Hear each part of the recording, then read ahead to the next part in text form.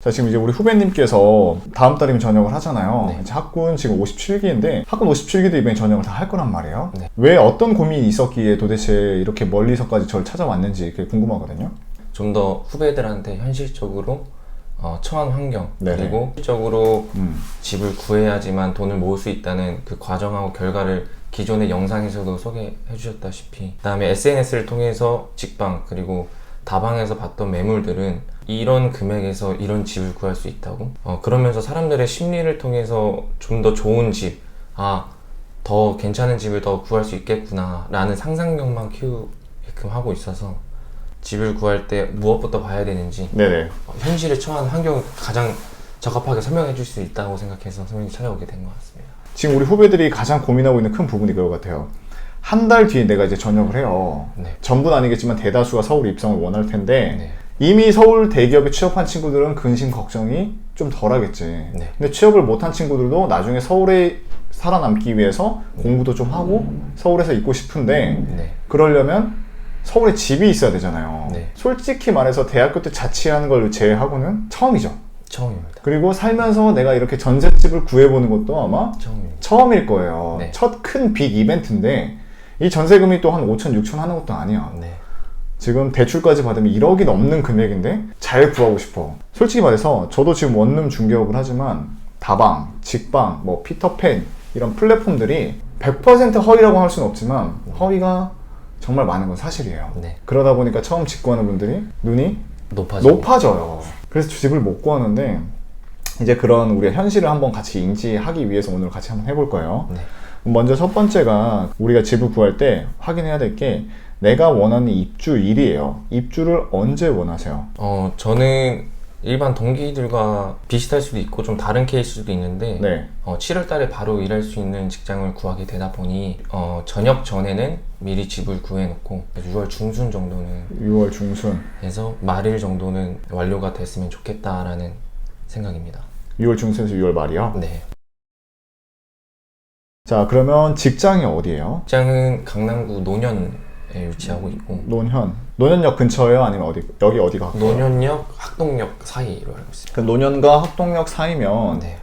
우리는 몇 호선을 구하죠? 7호선. 7호선이죠. 자, 여기서 또 팁을 하나 드리면 7호선에 직장이 어디가 제일 많이 몰려있냐면 노년, 학동, 청담 이쪽에 많은데 여기에 취업하는 사람들이 어디를 많이 가냐면 첫 번째가 이 7호선 왼쪽인 신대방 삼거리를 기점으로 해서 상도, 장승배기, 보라매 네. 이쪽이랑 위로 올라가서 광진구. 광진구, 그쵸. 건대 입구, 군자 이쪽으로 네. 많이 가요.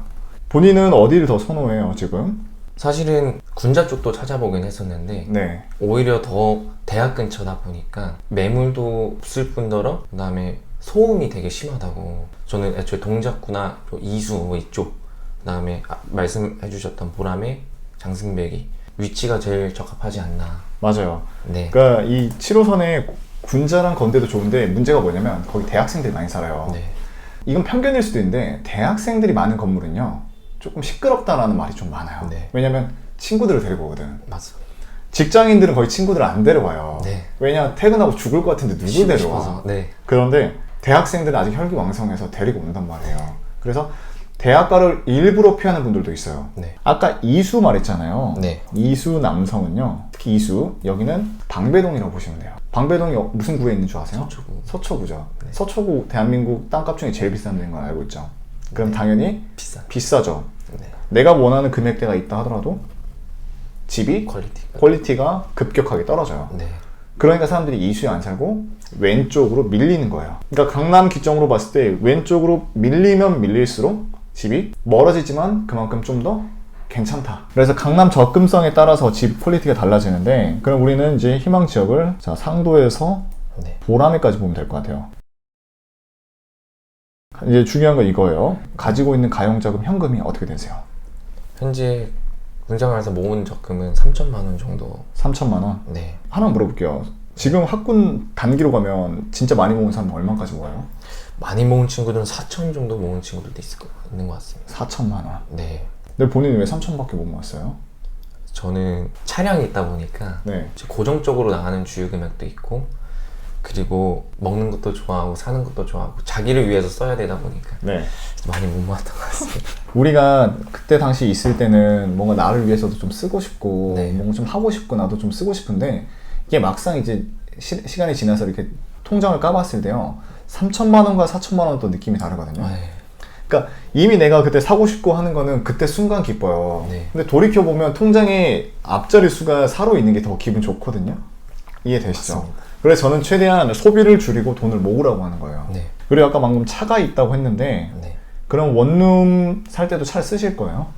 고민입니다. 사실상 있으면 편리는 하겠다. 근데 현실적으로 출퇴근은 대중교통을 이용할 텐데 그쵸. 내가 이 차량을 가지고 있음으로써 유지비만 나가게 될 거고 네. 개인 사료 채우느냐 네. 아니면 현실적으로 생각하느냐 그 딱 중간다리에 있는 것 같은데 고민은 딱 3개월 기준을 잡고 3개월 동안 생각보다 이 차를 많이 사용한다 하면은 그래도 가지고 있어 볼 생각은 있으며 네. 그에 반면 너무 쓰지 않고 골칫덩어리만 된다면 아예 처분할 생각입니다. 우선 확실한 건요 차가 있으면요 돈 모으기 진짜 힘들어요. 네. 제가 여기서 잠깐 막간을 이용해서 말씀드리면 우리가 지금 소위 중위들이 한 달에 월급이 얼마 정도 받아요? 지금 중위 기준으로? 제가 이번 달 초과 근무 수당까지 하면은 한 230, 40 정도는 들어오는 것 같아요. 230에서 240 정도? 네. 작게 느껴지잖아요. 네. 사회에서는요 그 230, 40으로는요 더 작을 거예요.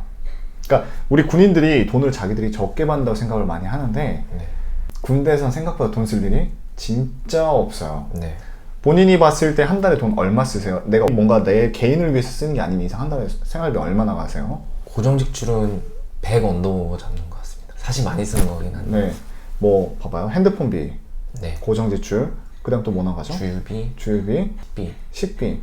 근데 만약 식비를 내가 거의 부대에서 해결하고 PX에서 해결하면 이거 거의 안 나가잖아요. 거의 안 나가죠. 그럼 이제 주유비도 솔직히 차 없는 친구들이 더 많으니까 네. 그러면 핸드폰비랑 진짜 이러저러 병사애들 좀 밥 사주고 하는 돈 나가는 외에는 50 이하로 끊을 수가 있거든요. 네. 근데 사회에선 밥값이 우선 기본 8,000원 나오고요. 뭐 남들은 뭐 도시락 싸간다 하면 되는데 그것도 하루 이틀이지 솔직히. 네. 교통비 3,000원 매일마다 나가고 이것저것 하면 카페 가고 하면 돈이 네. 진짜 아까 100 나간다 했는데 군대에서 150에서 200 가까이 나갈 수 있어요. 그러니까 그만큼 돈 모으는 게 너무 힘들어진 구조가 돼요. 그러니까 사람들이 다 월세를 안 들어가고 그 주거비라도 최대한 줄여서 전세로 가려고 하는 거거든요. 네. 그러니까 우리가 그걸 알고 있어야 돼요. 네. 그럼 최대한 우리는 현금 3,000원 쓸 수 있다. 희망하는 게 전세를 원하는 거잖아요. 네. 왜 월세는 지금 안 보고 있어요? 방금 말씀해 주셨다시피 집에서라도 지출을 줄이려는 겁니다.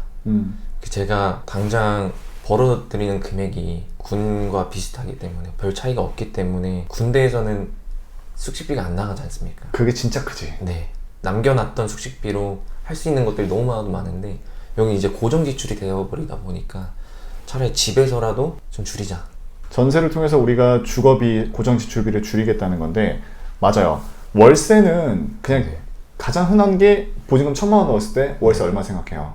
40, 50. 40, 50. 그래요. 딱 한 45에서 50 나와요. 그럼 원룸은 관리비라는 게 또 들어가잖아요. 네. 한 6, 7만 원 나와요. 네. 그럼 우리가 월세로 들어가면 한 달에 지출비가 뭐 55에서 시작을 하니까 뭐 공과금까지 하면 60만 원까지 생각을 해요.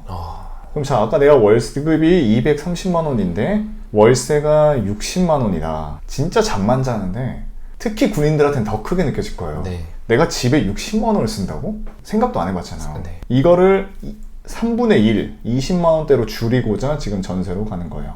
비단 우리 군인뿐만 아니라 사회에 지금 소년생들도 다 똑같은 생각이에요. 네.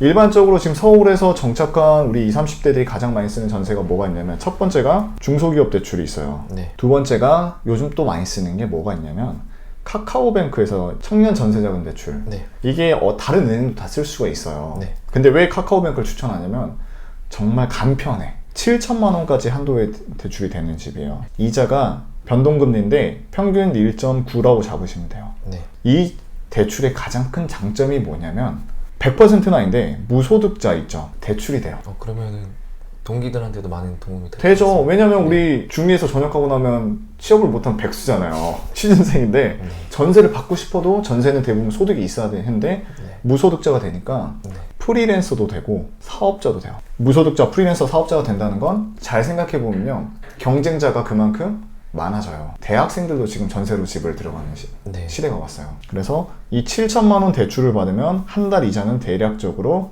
11만 5천 원이 나와요. 이해되시죠? 네. 그다음 마지막으로 버팀목 대출이 있어요. 버팀목 대출은 누가 이용하냐면 평균적으로 중소기업을 대출을 이용을 못 하시는 분들이 이 버팀목 대출을 많이 이용해요. 네. 이건 한도가 1억 2천, 그리고 이자가 한 2.3%에서 2.5% 생각하면 돼요. 네. 그럼 우리가 이걸 받았을 때 한 달 이자가 얼마 나오냐? 18만 3천 원 정도? 그래서 한 18만 5천 원 정도 나온다. 여기까지가 이렇게 나와. 그럼 우리가 평균적으로 많이 이용하는 이 대출 3개를 알아봤잖아요. 네. 그럼 이제 여기서 이제 우리가 확인해야 될 게 뭐냐면 5번째로는 월 납입금이라는 걸 계산을 할 수 있어야 돼요. 월 납입금이 뭐냐면 내가 대출 받고 관리비랑 이거저거 다 했을 때 한 달에 집에 나가는 돈을 말하는 거예요. 네. 후배님은 한 달에 내가 고정적으로 이 집에 관리비랑 이자랑 다 해서 얼마 정도 나가기를 원하세요? 맥시멈 음. 30에서 35. 우리가 집을 구할 때 반드시 명심해야 될 게 내가 집에다 돈 쓸 수 있는 맥시멈 금액을 얼마로 잡을지를 무조건 계산하고 집을 구해야 돼. 네. 왜 이게 중요한지 말씀드릴게요. 네. 내가 중소기업 대출로 들어간다고 봤을 때 3천 있죠. 1억을 다 나온다 가정을 해볼게요. 그럼 우리는 얼마짜리 들어갈 수 있지? 1억 3천짜리 전세를 구할 수 있어요. 네. 이거 월 납입금이 얼마 나올 것 같아요? 계산법 알려드릴게요. 네. 1억 대출 받으면 한 달 이제 10만 원이야. 네. 3천은 있으니까 네. 있고 관리비가 평균적으로 원룸이 7만 원 나와요. 플러스 원룸은 전기랑 가스가 별도잖아요. 하면 20만 원 정도가 나와. 그러면 난 1억 3천짜리 집을 구하면 한 달에 한 20만 원 정도 나가겠구나 네. 라고 생각을 하면 돼요. 네. 근데 내가 1억 3천짜리 집을 봤는데 집이 없어. 그러니까 있겠지만 도저히 마음에 안 들어. 그럼 나는 조금 더 금액을 올리고 싶은데 가능할까요? 안 할까요? 어떻게? 버팀목 대출을 이용해서. 아니지. 버팀목도 있지만 두 번째는 반전세라는 게 이제 요즘 많이들 써요. 이게 뭐냐면 지금 우리 후배님이 집을 보는 1억 3천 금액대는요. 옷 좋아하죠. 신발 좋아하죠. 네. 신발로 치면 남자 사이즈 260이고 여자 사이즈 230이에요. 제일 많이 찾는 사이즈, 제일 많이 찾는 금액대예요. 네. 평균적으로 봐봐요. 2천에서 3천 정도는 다 있어. 뭐 없는 사람도 있겠지만 부모님이 지원을 해줘서라도 3천을 만들어 와. 그러니까 이 가격대로 다 도전을 해. 네. 이미 좋은 집들은 다 나갔어. 없으니까 1억 4천짜리 집을 보자 이건데 1억 4천짜리는 천이 부족하잖아요. 네. 이걸 신용대출 받을 수도 있지만 오히려 이 1,000만 원을 월세로 돌릴 수가 있어. 서울에선 보증금 1,000만 원이 월세 5만 원으로 바꾸거든요. 그러면 우리는 어떻게 된다?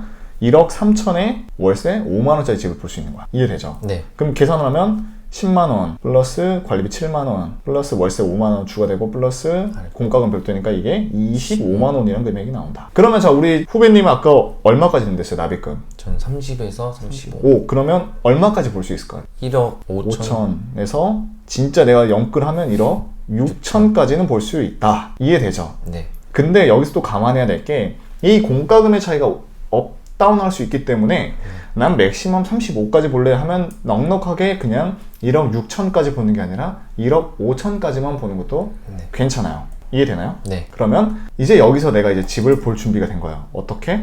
내가 만약에 중소기업 대출이 가능하다면 나는 얼마까지 볼 수 있다? 1억 한 5천까지는 내가 쭉 투어할 수가 있겠구나 라는 거예요. 내가 이거 안 알려주면 손님들은 이거야. 난 1억 3천까지밖에 못 보겠지? 그래서 반대 집이 없네. 근데 내가 이런 방법이 있구나 하면 내가 좀 더 탄력적으로 금액을 조절해서 집을 더 볼 수가 있는 거겠죠. 네. 그럼 이제 질문 하나 드려도 되겠습니까? 1억 4천에 그럼 1,000만 원을 보증 끼고 월세 5만 원을 붙여서 들어갔는데 네. 그 1,000만 원을 후에 갚는다면 5만 원을 주기적으로 내고 있던 거는 사라지는 거죠. 자, 이 방법을 저는 어떻게 중개를 도와드리냐면 계약서를 쓸 때 이건 또 팁이에요. 저는 이런 식으로 해요. 나는